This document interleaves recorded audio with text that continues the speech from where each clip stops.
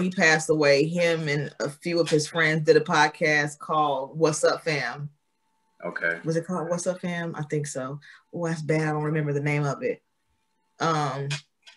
But and I appeared on that one quite often because obviously that's my best friend's husband. So I would just pop up and be like, hey guys, hand me a mic. And then I just, get on there and say a couple words here and there. But I've been on a few podcasts and I like them. They're kind of fun just to kind of, have debates, go back and forth, hear people's stories, like you said, and just have just adult conversation. You know what I mean? So absolutely. I love a good podcast. Yeah, it's something that I was like, yo, this ain't too bad. And then someone told me, yo, the more you do it, you get better at it. And I was like, that's the plan. I don't plan on, staying the same. I plan on growing and not just being stagnant with it.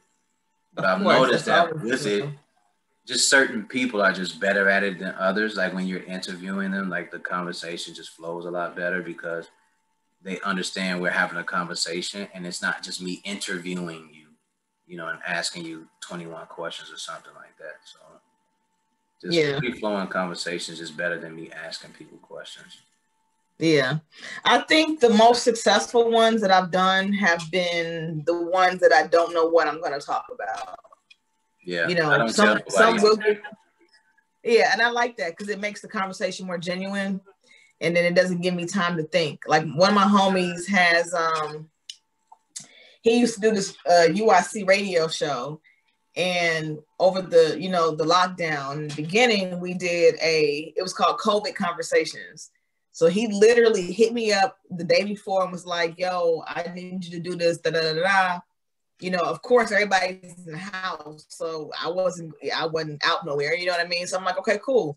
And he sprung it on me at the last minute, didn't tell me what he was going to say for that very reason. And he said, I wanted you to not overthink what we're going to talk about because he knew I would overthink it and I wouldn't want to do it. And I talked myself out of it. Yeah, that's the best way to do it, to have your most organic self and for you to give your actual view on how you feel about things.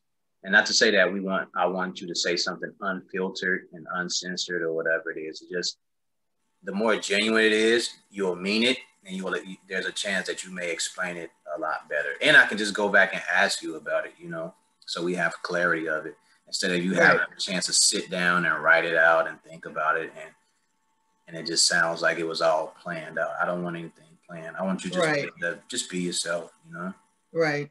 Like me talking about you bootlegging. We know that you didn't really bootleg all the time. It's just, occasionally I caught you,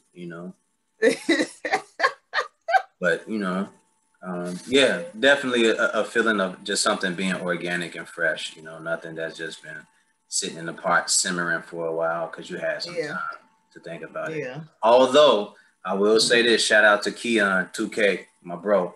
He told me have 8 questions to ask these people because a lot of them aren't going to want to talk. And he's saying you're going to be trying to force people to talk and they're not going to talk. And you online, bro. Salute you for that because, man, some of these people I've had to interview or tried to interview, it's a task. It's a task. They make it more of a journey than it should be. Like, I just want you to have a conversation. Tell the world how you feel.